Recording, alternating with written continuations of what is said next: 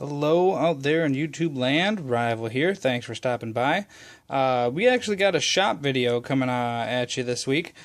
This is going to be the first of 3 review videos I've got coming out, hopefully in pretty quick succession. So we'll dive into this one first. Some of you may or may not know exactly what you're seeing here, but this is a Reate Horizon. I think I'm saying that right, R-E-A-T-E, Reate. Not quite sure how you say it. This is a Chinese manufactured high-end production knife. The gentleman who makes these, or the gentleman who works at the factory who makes these, appeared on the Blade Forums site several months back, and he has a couple of models. I believe there's 3 models under this Reate nameplate, and I signed up for a pass around to check them out to see what is going on with them. They've got some pretty interesting features, so I want to give you a little bit of information about the knife before I hit you with some of the cost and ways to go about getting it. So this knife here is a full titanium frame, 6AL4V titanium. There are 2 versions. This is the A, Horizon A. There is also Horizon B. The main difference being the Horizon A has this, it's basically the titanium has been milled. It is not a integral. These are 2 separate pieces, but instead of a backspacer, let's see if I can get some focus. Hello. There we go. Instead of a backspacer, it uses that construction from the shape. So interesting design. The other one has just standard pillars with flow-through construction. So this is just the one that ended up being a part of the pass around that I was able to check out. The blade thickness, this is actually a pretty beefy blade. It is 0.15 inches, so just a hair over 1/8 of an inch thick. So nice thick stock on this folder. The blade length is 3.9 inches with an overall length of 8.74 inches. So it's actually a pretty beefy knife. I've got about a size medium hand. All fits in there really well. To give you an idea of size real quick, just overall size, here is a 0 tolerance 0560, just a hair bigger. And then an Zahn, which is just a hair smaller. So here, I'll get a better shot. There you go. So just for that size comparison. So all in all, it's a pretty decent sized knife. It's got that nice recurve blade with a nice upper swedge, which I always like a sexy swedge, and that is one mighty sexy swedge. Nice stone wash on the blade. Just a view of that swedge. And the blade, as it is stamped here, this is number 4, M390. Now you're probably saying, what? Chinese blade and M390? What? So some guys at Blade Forums, being the investigative type of folk they are, did some calling around, and from what they could tell, they called Carpenter Steel, and they confirmed they've sent them several types of steel to that factory, including S35VN. I don't know if anybody's confirmed the Udenholm steels, or the, I think Bowler is a M390. But either way, we've at least confirmed some, or people have confirmed some of the high-end steels that they're using. So it's not that far-fetched to believe that it's not M390. I've used this blade for about a week now. Holds a damn good edge. And I have some M390 knives, so I actually did some side-by-side cutting tests. Move this stuff around here, right over there. Lots of, let's see, I got like single and double layer corrugated. Single. So I've got plenty of cardboard that I ripped to shreds with this thing just to see it perform, and I was able to touch it up relatively easily. I used my Spyder Co. Sharp Maker. I figured that'd be a good universal option, and I mean, I had no problems putting a shaving sharp edge back on here. I apologize, I'm in the shop, so not going to be the best lighting or anything, but yeah, I mean, I was able to put a nice edge right back on there fairly quickly. It really didn't need that much touching up. So, I mean, all in all, I felt the blade in the last week has performed extremely well. Did I give you any miss any specs? Oh, 6.34 ounces is what this thing weighs in at. So a little bit heavier than this one. But you've got that thick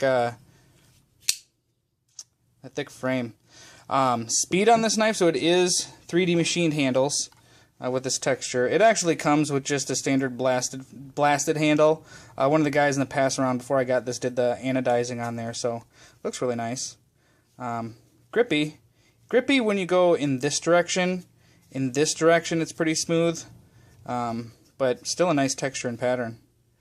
So it's got caged bearings. There we go. It is extremely smooth.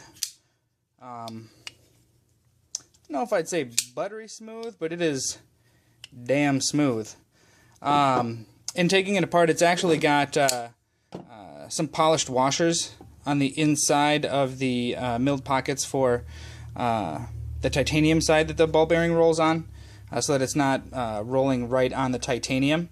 So that's pretty interesting. That works pretty good. I've seen that ZT do something similar, but usually when they're nesting ball bearings into like carbon fiber or something. But that was a cool feature. Again, I mean, the action is good, really good. It's a nice, evenly keeled flipper. The tang being above the pivot, I should say. There you go. Maybe more even width, but the tip kind of favors the top end of that pivot, so that when you give it a little light switch action, it flies right open. And you could do either way. You could do push button or light switch style flipping. Either were great. So all in all, it's been a pretty cool knife to have in my hands for the last week. I'm very impressed with it. The overall quality, the build. It was easy to disassemble, clean, reassemble. It's been nice to hold and a good user. The only thing that would keep me away from going right out and buying one of these things is the fact that on the Reate website, when you try and order one of these, or if you can get your hands on one of these from the company themselves, it's $299. Yep, $299 for a straight Chinese-produced, but again with high-end, high-quality materials. Now, I've got plenty of Chinese knives. It's not that I have a problem buying Chinese knives. If I'm in the range for a $50 knife, or maybe even close to a $100 knife, my Boker Burnley Quake, and I could think of some of the new Emerson Kershaw collaborations. Those are great quality knives for the prices that they are. But when you get into that $300 range, you're close to getting something like this, or you're close to getting, well, you're a little further off from something like that. But I mean, there are plenty of great American-made knives with the exact same things with very similar build qualities that you're going to be able to get. So it just comes down to what you're looking for in your collection and in your collecting style. This is a really nicely produced knife, and if I could get my hands on this at be a little bit lesser of a price down the road, I would seriously consider adding one to my collection, or maybe on a trade or something like that. Oh, I didn't mention the pocket clip. It's pretty much a sculpted clip. Rides well, a little low for my taste. I'd like to see it further back, but it rides well in the pocket. And then it's got a replaceable hardened steel insert for the lock face, which also houses the detent. Again, a really fun knife to flip. I don't know what else I could tell you. The website says it's 60 to 61 HRC. I'd like to see. I've seen some of the custom knife makers and even Midtex to some extent do some pretty hard treatments on their M390. So I would love to have this for a longer time to compare it to like maybe my ZT 801CF, which is an M390. We've got a Benchmade laying around here that I'm working on for a gentleman that's made an M390.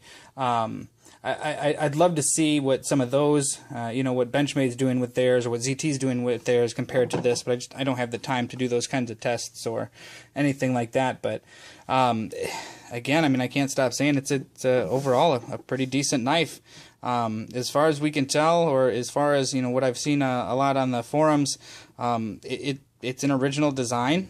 So it's nice to see a Chinese company using their ability to produce. I mean, they can produce crazy clones of some of the best knives out there that make, fool some of the best eyes out there.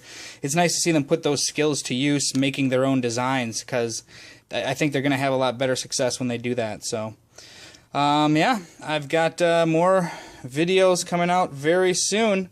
That was the Reate Horizon. Great little knife. Next video we're going to do is probably going to be on this bad boy, a little prototype action from Grant and Gavin Hawk. And then we'll finally give you guys a video on my impressions of that bad boy. So thanks for stopping by this week. Oh, and if you're not already subscribed, please do so now, because once we hit 1,000 subscribers, I'm going to do a giveaway video, and we'll give away some pimped out knives. Thanks for stopping by. Peace.